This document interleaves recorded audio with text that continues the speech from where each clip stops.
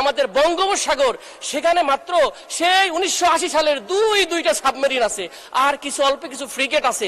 এই সক্ষমতা দিয়ে দিই আমাদের সমুদ্র বন্দরগুলো রক্ষা করার জন্য স্পিকার, সেখানে আমাদের দরকার 1 ডজনের অধিক ফ্রিগেট, কবচ, যত প্রকার আধুনিক সরঞ্জাম, সেগুলো নাই মাননীয় স্পিকার। এই 7,000 কোটি টাকা দিয়ে সে উন্নয়ন করা সম্ভব মাননীয় স্পিকার? আমি যদি আমাদের আকাশ প্রতিরক্ষার কথা বলি, সেই চৈনিক বিমান 1960 সালের একটা ডিজাইনের আমরা শুধুমাত্র একটা বিমান দেখতে পারি, এটা F7 দেখতে পারি এবং MiG-29 দেখতে পারি, সেখানে আধুনিকরণ নেই মাননীয় স্পিকার।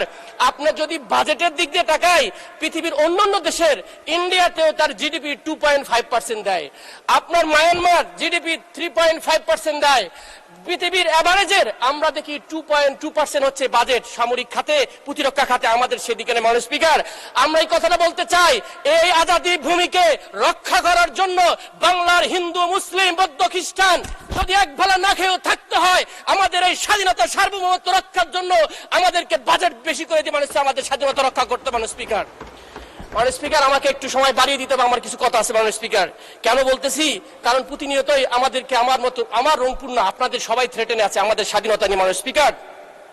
আমাদের এই সবার দেশ, এটাকে আমাদের রক্ষা করতে হবে মাননীয় স্পিকার। এখন আসি মাননীয় স্পিকার, একটু ব্যাংক খাত নিয়ে একটু কথা বলতে হবে। আমাদের ব্যাংকিং সেক্টরে, আমার অর্থমন্ত্রী এখানে আছেন, আমি খুবই আশাবাদী হতাম যদি 32% ঋণ খেলাপি থেকে 10% আনার জন্য একটা রূপরেখা দিতেন। উনি কোন ধরনের রূপরেখা দেয় না, যেটা আমাকে হতাশ করেছে মাননীয় স্পিকার। শুধু কি তাই, উনি নিজেই বক্তব্যে বললেন আমাদের ব্যাংকিং বেস ইকোনমিক সিস্টেমটাকে চেঞ্জ করে ক্যাপিটাল মার্কেট বেজে যাওয়া উচিত। খুবই ভালো কথা, কিন্তু একটা বড় বান্ধনী, একটা ব্যারিকেড দেওয়া হলো। কি ব্যারিকেড? যেখানে আগে ডিভিডেন্ডের 20% ছিল লভ্যাংশ কোম্পানিগুলো, সেখানে কি আমরা দেখলাম 35.7% হয়ে গেছে মাননীয় স্পিকার। সেখানে ক্যাপিটাল মার্কেট কি বিকাশ করা সম্ভব না আদৌ? আরো একটা জিনিস, আমাদের আপনার সময় আরো 2 মিনিট বৃদ্ধি করা হলো মাননীয় স্পিকার। আই হাম্বলি রিকোয়েস্ট, আমি এটা আজকে বলতে দিন আমাকে। আমাদের ক্যাপিটাল মার্কেটের যেটা বললাম, যে আমাদের বন্ডের ক্ষেত্রে একটা এক্সেমশন ছিল, যেটা আমাদের আল্টারনেটিভ ফাইন্যান্সকে ডেভেলপমেন্ট করতো, কিন্তু সেই আপনার ট্যাক্স এক্সেমশনটা উঠাই না হলো। সুতরাং আল্টারনেটিভ ফাইন্যান্সের ক্ষেত্রে আমাদের বাধাগ্রস্ত হবে।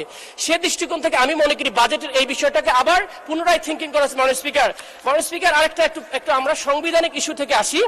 সে বিষয়টা হলো, আমাদের সংবিধানের 89 ধারায় বলা হয়েছে গ্রান্ট, ডিমান্ড ফর গ্রান্ট, এবং 90 বিধিতে বলা হয়েছে, আর্টিকেলে বলা হয়েছে যে স্পেসিফিকেশন অফ পারপাস লাগবে অথবা অ্যাপ্রোপ্রিয়েশন অ্যাক্ট লাগবে মাননীয় স্পিকার, যার মাধ্যমে খাতটা কোন খাতে আপনি টাকাটা পাস করে নিচ্ছেন।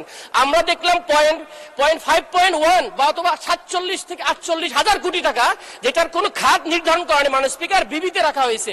এটা এই বাজেটের একটা বড় ঘাটতি এবং এটা কনস্টিটিউশনের একটা ভায়োলেশন। আমি মনে করি এখান থেকেও আমাদের প্রতিরক্ষা খাতে বাজেট যেতে পারে মাননীয় স্পিকার।